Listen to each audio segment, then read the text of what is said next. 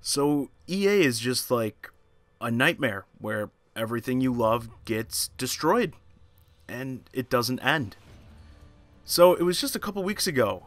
I was mourning the loss of Visceral and their single player Star Wars game they had in development that EA said in a statement, you basically that you don't want. Gamers don't have interest in single player. You want stripped down multiplayer with loot boxes and microtransactions, at least according to EA.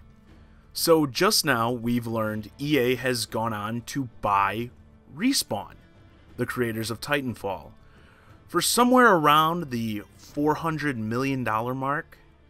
Funny how that works, right? We have no choice but to shut Visceral down during the development of their single-player Star Wars adventure, but oh, there's a multiplayer team for sale? Oh yeah, we have tons of money to spend on that. So what happened here? What I see to be the case is that another company, Nexon, which is a Korean game company, they do a lot of online and mobile stuff.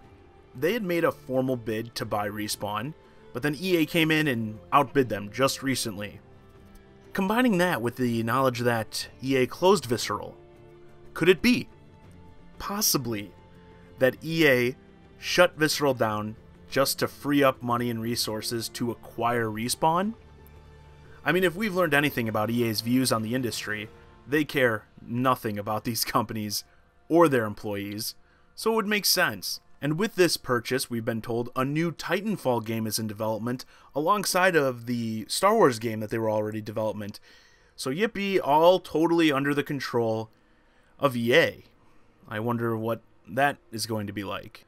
Man, if you guys are looking to play all these EA games, I hope you hate money. Now, I do want to address Respawn's part in this because I've seen them get a lot of negativity, no surprise, after this deal was announced.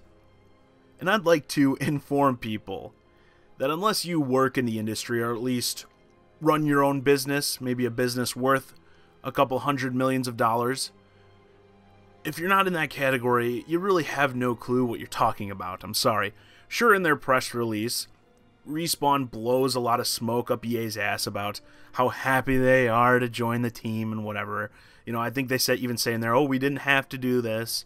But we don't know what the real situation is. Sure, it's easy to sit here and like armchair coach and be like, oh, I'd never sell out to a big company. I just make AAA games that cost hundreds of millions of dollars without taking any money from anyone.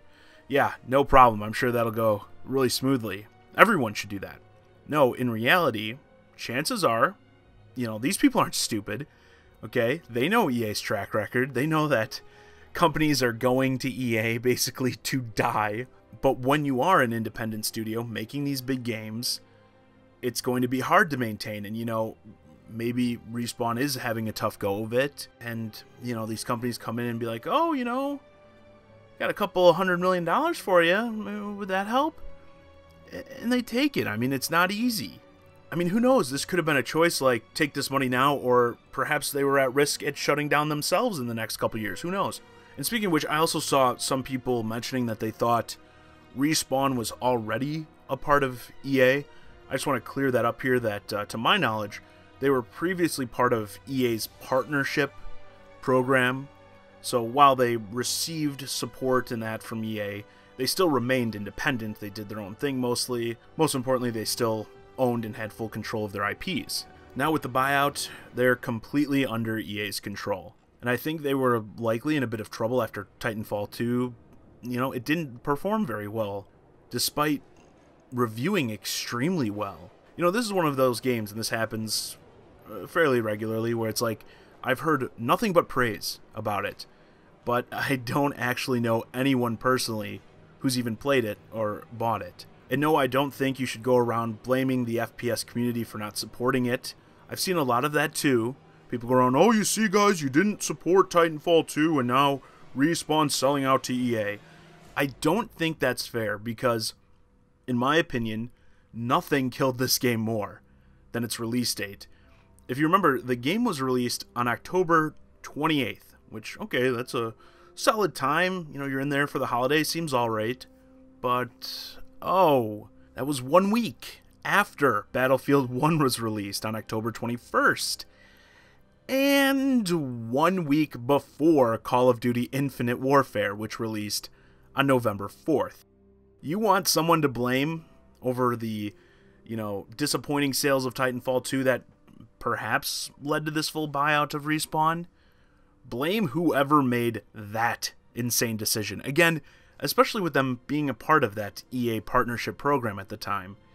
No one involved, at least, saw they had 2 games on the EA side of things, this and Battlefront, releasing a week apart, and no, I refuse to believe that anyone releasing an FPS game in this day and age is not aware of when the next Call of Duty game is coming. As soon as anyone, realized Titanfall 2's release position, surrounded by these 2 massive heavy hitters in the same genre, something should have immediately been done about it to at least give the game a chance. I mean, you can't even convince me that if this game was getting 10s across the board, it had 100, a perfect 100 on Metacritic, I still don't think it's going to do well when you have 2 way more popular shooter franchises that are going to have immeasurably more marketing dollars spent on them. Granted, that's all in the past. Nothing can be done about it now. Just, it's sad to see another seemingly great developer fall prey to the ever-growing web of EA. It's like they're everywhere. We just can't get out of it. Welcome aboard, Respawn. Come on down. You'll float too. And with that, this video's a wrap. Let me know your thoughts on EA's purchase of Respawn so quickly after the closure of Visceral, mind you, in the comments. As always, I'm John Zakari, and thanks for watching.